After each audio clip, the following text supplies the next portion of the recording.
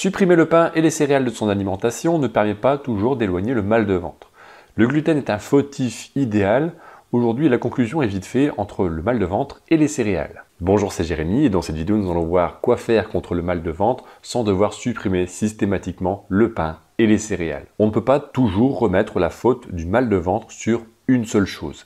Certaines personnes arrêtent complètement la consommation de pain et de céréales pour éviter le moindre problème et améliorer son état général.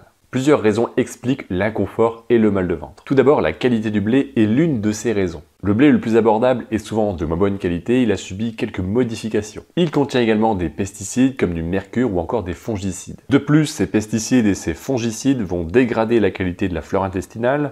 Les problèmes digestifs proviennent également de l'inflammation intestinale. On retrouve par exemple les allergies, le stress, la malbouffe, la prise régulière d'antibiotiques, encore l'alcool. Il faut bien comprendre une chose, il y a plusieurs causes qui expliquent le problème final, le mal de ventre. Pour donner une image, l'intestin va présenter des trous, de petites perforations créant l'inflammation et la douleur au ventre. Maintenant, quoi faire contre ce mal de ventre? Une intolérance au gluten touche du monde, mais pas autant qu'on ne le pense. Le pain et les céréales ne sont pas les seuls responsables. Ce n'est pas nécessaire de tout stopper, on verra un peu plus tard comment faire pour continuer à profiter du pain et des céréales sans en subir les conséquences. Il faut également agir sur les autres aspects de sa vie, être plus serein, voir la vie différemment pour soulager toutes les contraintes émotionnelles et mentales que l'on impose à notre corps. Et ça, c'est bien réel. Notre mental et nos émotions vont jouer sur notre qualité, sur notre santé intestinale et donc sur notre mal de ventre. Alors, le mal de ventre, c'est un premier symptôme. Ils peuvent déboucher sur d'autres complications. Comme symptômes, on retrouve des diarrhées ou de la constipation, l'effet inverse. D'autres personnes tomberont plus facilement malades et attraperont plein de petites maladies hivernales, par exemple. La fatigue, les problèmes de concentration, les difficultés à se concentrer, les maux de tête, tout ça peut arriver. Il y a beaucoup d'effets secondaires qui peuvent s'installer avec un intestin en mauvaise santé.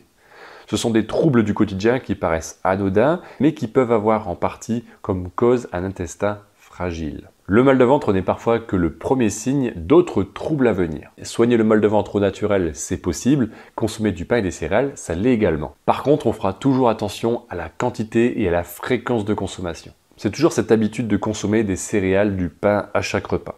Cela peut entretenir une fragilité de l'intestin et la douleur au ventre qui va avec. Comme nous l'avons vu, attention à la source du blé et des céréales qui sont consommées. La qualité des ingrédients va également énormément jouer sur les conséquences sur notre intestin. Certaines personnes vont se diriger vers des aliments sans gluten qui sont à base de maïs et d'un tas d'additifs alimentaires.